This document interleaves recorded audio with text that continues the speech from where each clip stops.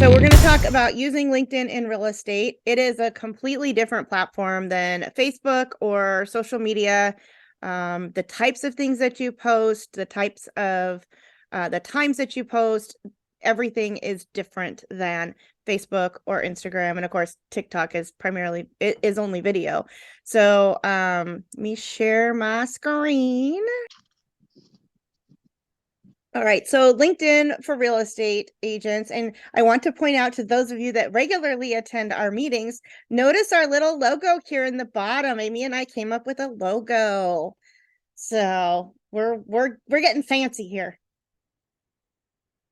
All right, so like I said, LinkedIn is different. So if you think back to when LinkedIn first became popular, it was kind of just a place to find a job, to post your resume, things like that. Kind of like Indeed is right now, is the way that LinkedIn started out. But it is also more for making professional connections. But 50% of the business world uses LinkedIn. So you have a ton of people out there at your fingertips. And these people being business professionals, they probably have the means to buy a house. So as we all know, 75% of people start their home search on the internet.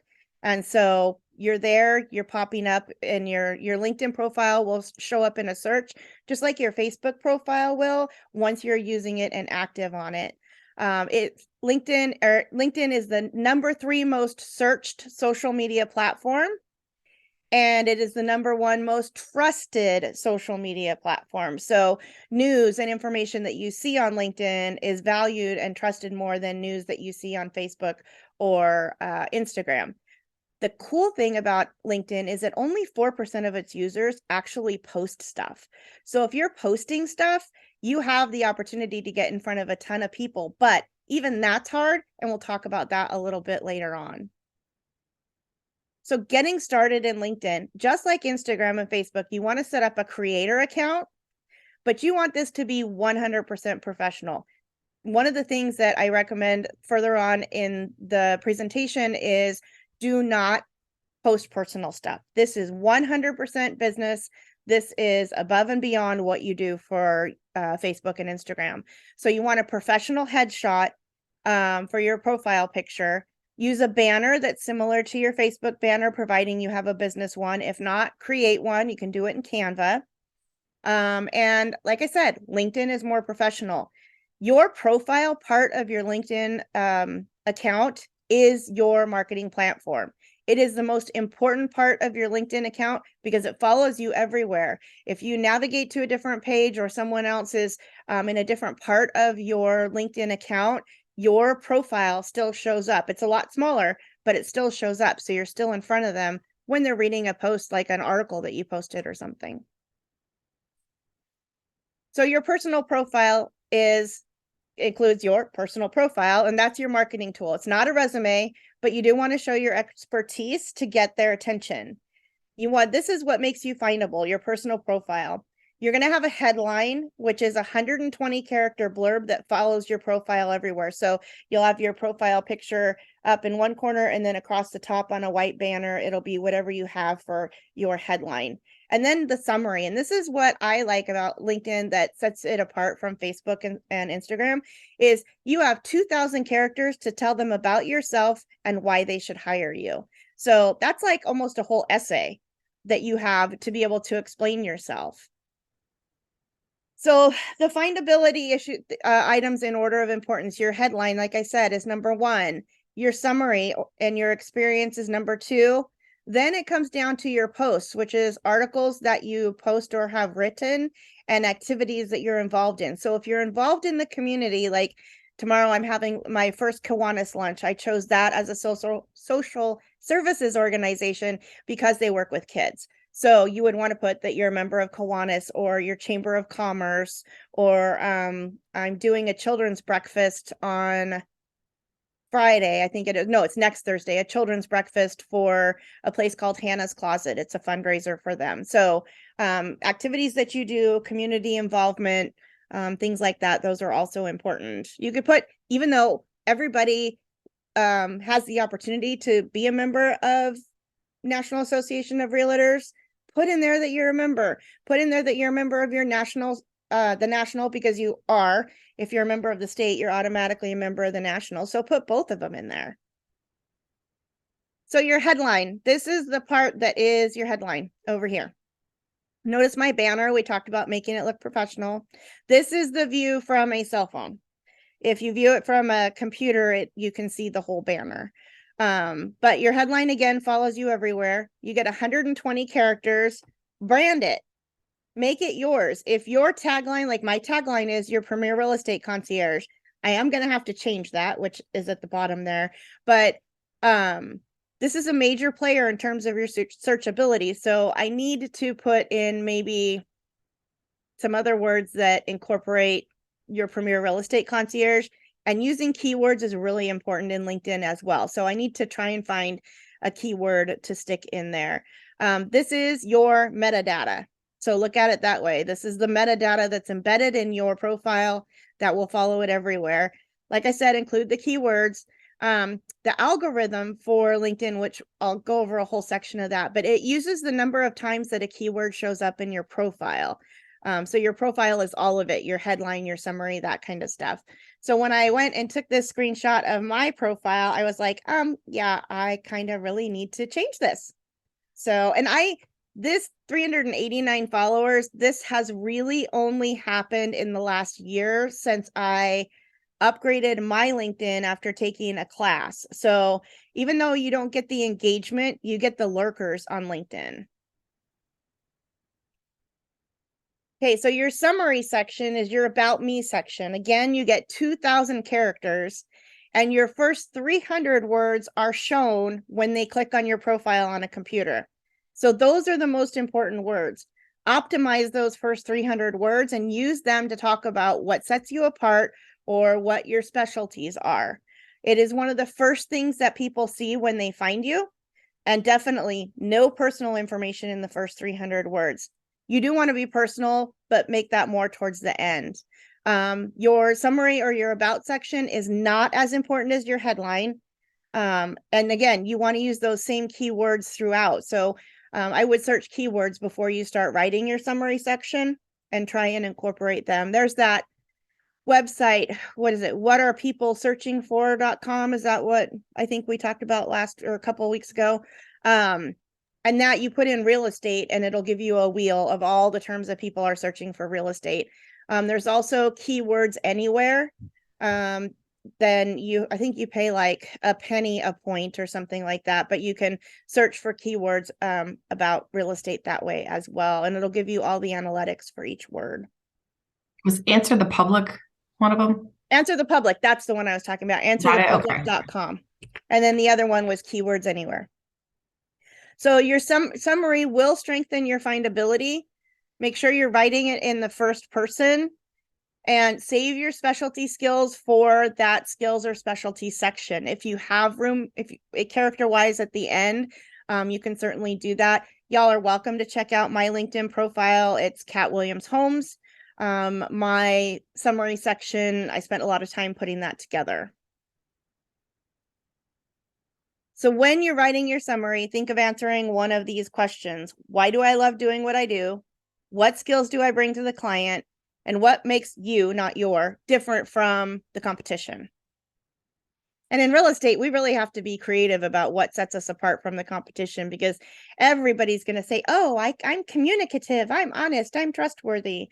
They don't have enough synonyms to make you stand apart. So try and do it.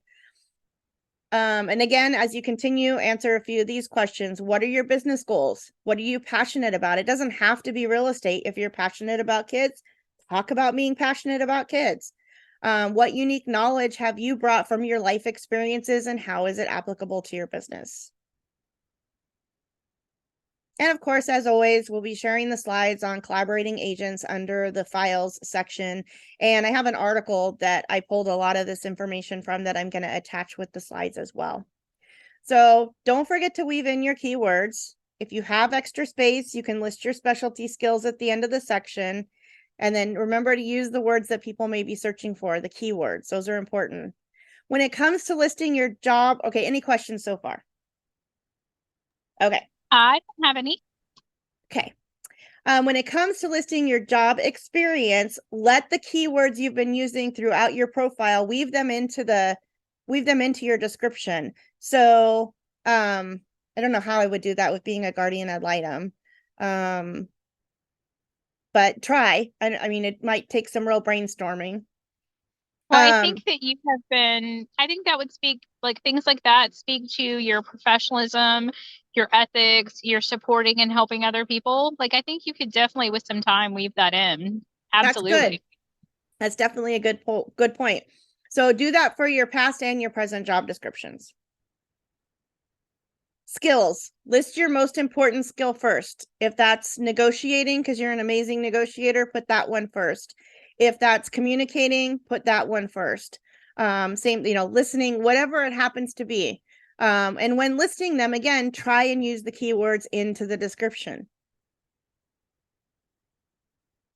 So how do you stand out on LinkedIn? LinkedIn, like I said, totally different from Facebook and Instagram. Use photos, use graphics, and use video. I personally have not posted any videos there because I don't feel that my reels are professional enough, but I am going to start putting them on there. So we'll see what my analytics look like when I do that. The reason you want to use the graphics is because people recall 65% of what they see versus 10% of what they actually read. So graphics are super duper important with everything real estate related, because people don't want to sit down and read a whole page of information. If you're going to do an article, use an article with an image. And with LinkedIn, you only have to post 2 to 3 times a week, but it's really important to be consistent. So the algorithm for LinkedIn is insane. It's really hard to actually get your posts in to someone's news feed. You almost kind of have to collaborate with a bunch of people that are on your lists and do each other favors in terms of hopping on and looking at their stuff. But you'll understand why in a minute. So LinkedIn will filter out posts as spam if you have more than 10 hashtags. You use poor grammar. Again, remember, it's a much more professional site. So if you're younger, make sure you're writing with capitalizations and periods and proper punctuation. Tag more than 5 people, or do more than 2 posts in a 3-hour period. So they don't want it to be a bunch of spam. So like me on Facebook, I post usually at 10, 11, and 12 on my business page. So that would get my stuff filtered out as spam on LinkedIn.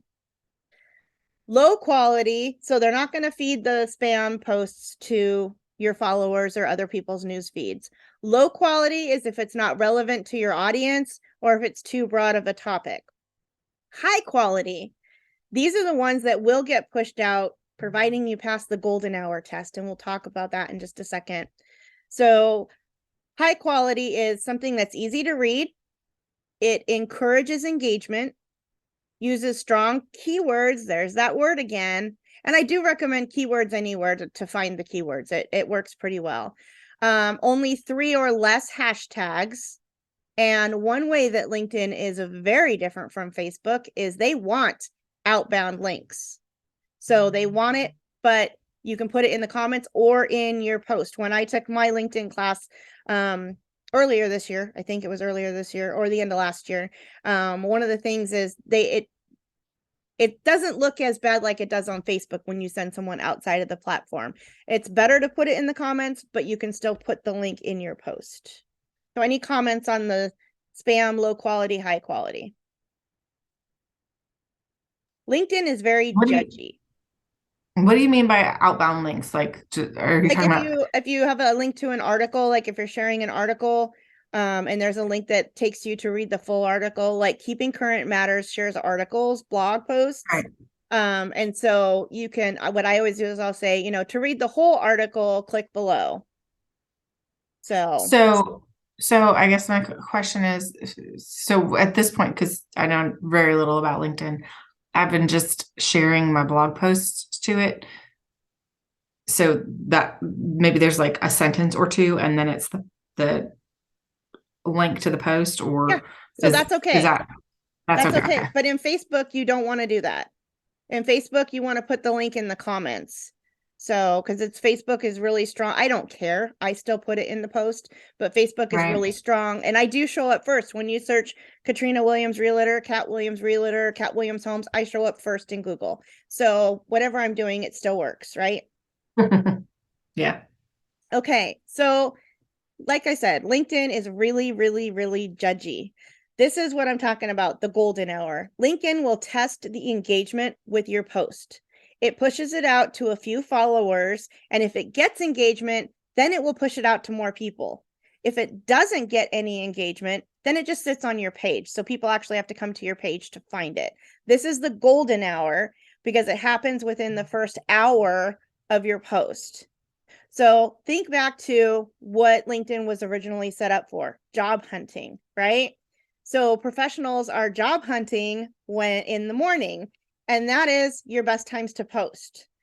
Wednesdays from 8 a.m. to 10 a.m., Thursdays at 9 a.m., so 9 a.m. to 10 a.m., and 1 p.m. to 2 p.m., and then Friday at 9 a.m. This is completely different from other social media platforms. So maybe you can team up with somebody, a couple of people, and just say, hey, every morning before you hop on your social media, can you hop on my LinkedIn and, like and engage with some of my posts? But I didn't find anything that said like how many likes or how many comments you had to have in your post to get it to pass the golden hour test. You could maybe look at the people whose stuff is showing up in your news feed and what they're talking about. Search the number one real estate agent on LinkedIn and then see what they're posting and how they're doing stuff. And like I said in the beginning, LinkedIn is a place where people lurk more than they comment or engage. So, and of course, most of your friends on LinkedIn are going to be real estate agents. So, it's not like you have all your friends from Facebook on LinkedIn, but you could. So anyway, any questions? No. Lots of good info. So I do want to share one more thing here.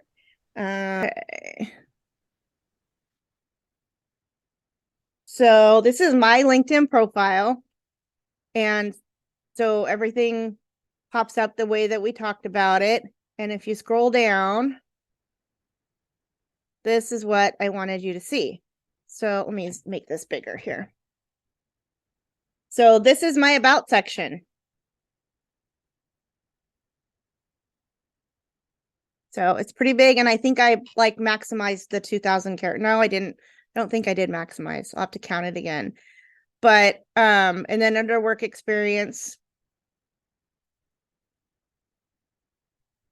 and education and all that. So like under licenses and certificates, I put that I'm luxury certified, relocation certified.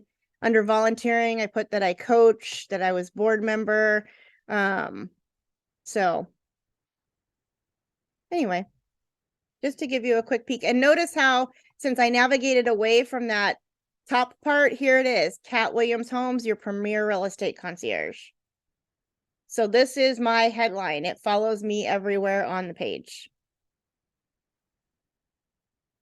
Any questions? No questions, just lots of really good, helpful information. Yeah, and I think that if you can master LinkedIn, it is utilized so little. I mean, 4% of its members actually post. So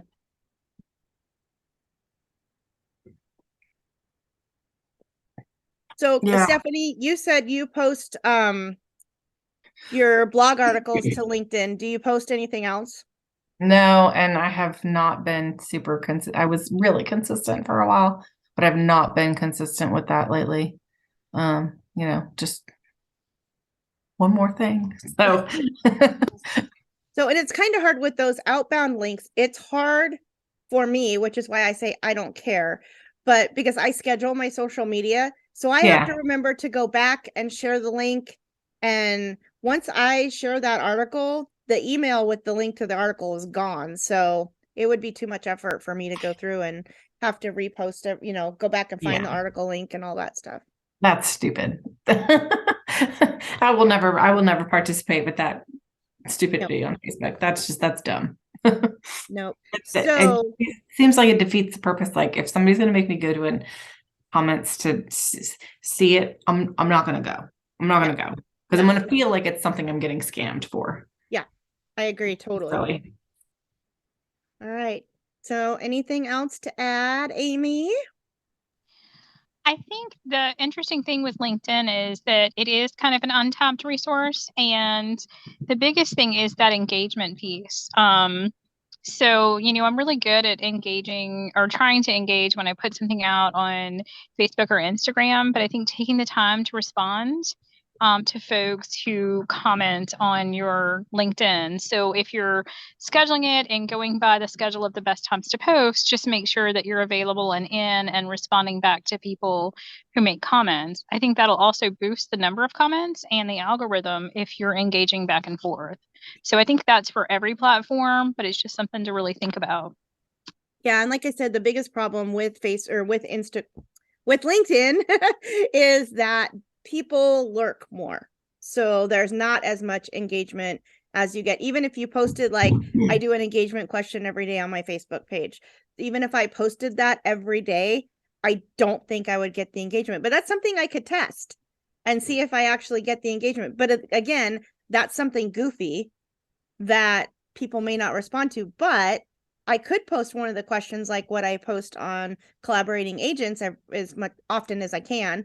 I could post something like that where it is a professional post, but it's a post that is specifically designed to get engagement, and maybe see what that does, see if more people comment that way. Yeah. So, but the article too, so I got most of my information from Social Media Doesn't Work Unless You Do by Gina Schreck. And then also the article that I'm attaching with the slides. So, and I saw Gina speak in person. So I saw her last year. She was really good. Yeah, that's when I saw her too. We were at the same training. Great. Yeah. Yeah. Yeah. So, all right, ladies, I'm going to go ahead and stop the recording now. I should say, ladies and gentlemen, I'm going to go ahead and stop the recording and hop on over and join Collaborating Agents if you're not already on there. And if you are, hopefully we will see you with our next topic, which is what, Amy, I think you're doing it. What is our next topic here? Is Twitter next? I'll have to double check. I think Twitter's next. Hang on. It'll be on May 3rd and yep, it's Twitter. So Amy's going to talk to us about Twitter next week.